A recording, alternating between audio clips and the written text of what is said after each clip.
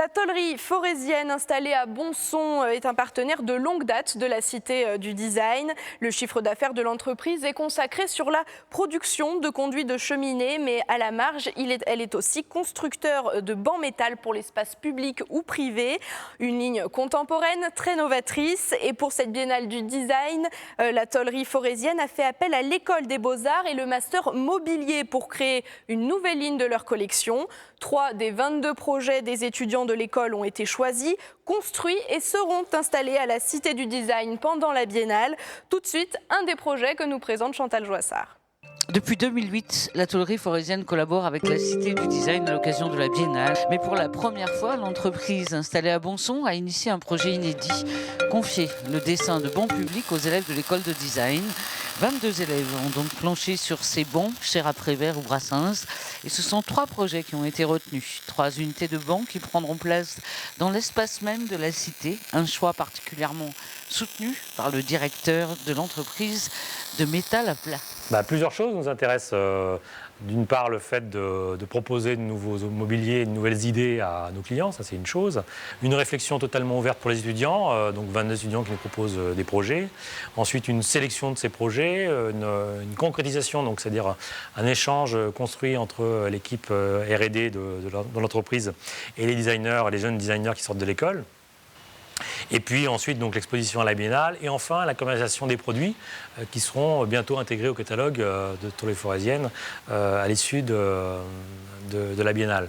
Donc c'est vraiment un projet très intéressant qui est gagnant-gagnant aussi bien pour l'école comme pour la tôlerie forésienne.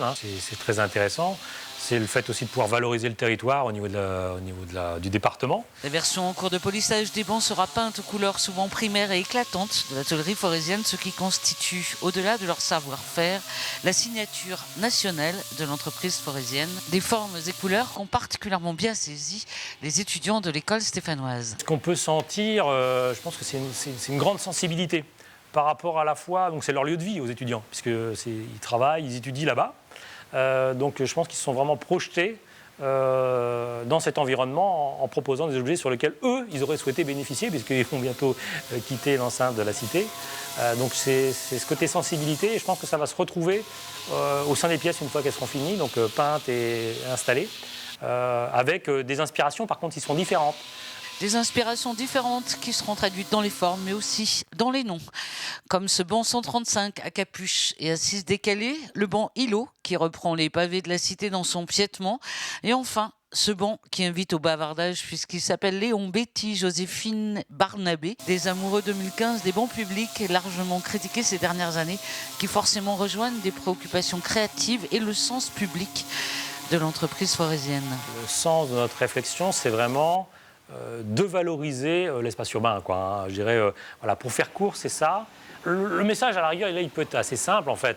C'est, je pense qu'au niveau des décideurs et des élus, enfin les gens qui sont en charge de choisir du mobilier ou de penser la ville de demain, il peut y avoir des fois des craintes en disant est-ce qu'on imagine quelque chose de spécifique par rapport au lieu ou est-ce qu'on prend un produit standard, catalogue. En fait, on s'aperçoit que le fait de prendre le temps de la création par rapport à un espace bien défini, ça change quand même fortement le résultat final qu'on va obtenir. Car oui, de beaux bancs publics au look joyeux et protecteur, ça change l'espace public. Ce qu'ont bien compris la Cité et la ville de Saint-Étienne qui, cette année, à l'occasion de la Biennale, installeront une dizaine de bancs mis à l'essai dans les différentes places publiques stéphanoises. Quant aux bancs de nos jeunes designers, ils seront, eux, installés à la Cité. Il est donc certain que vous pourrez les tester le temps d'une pause.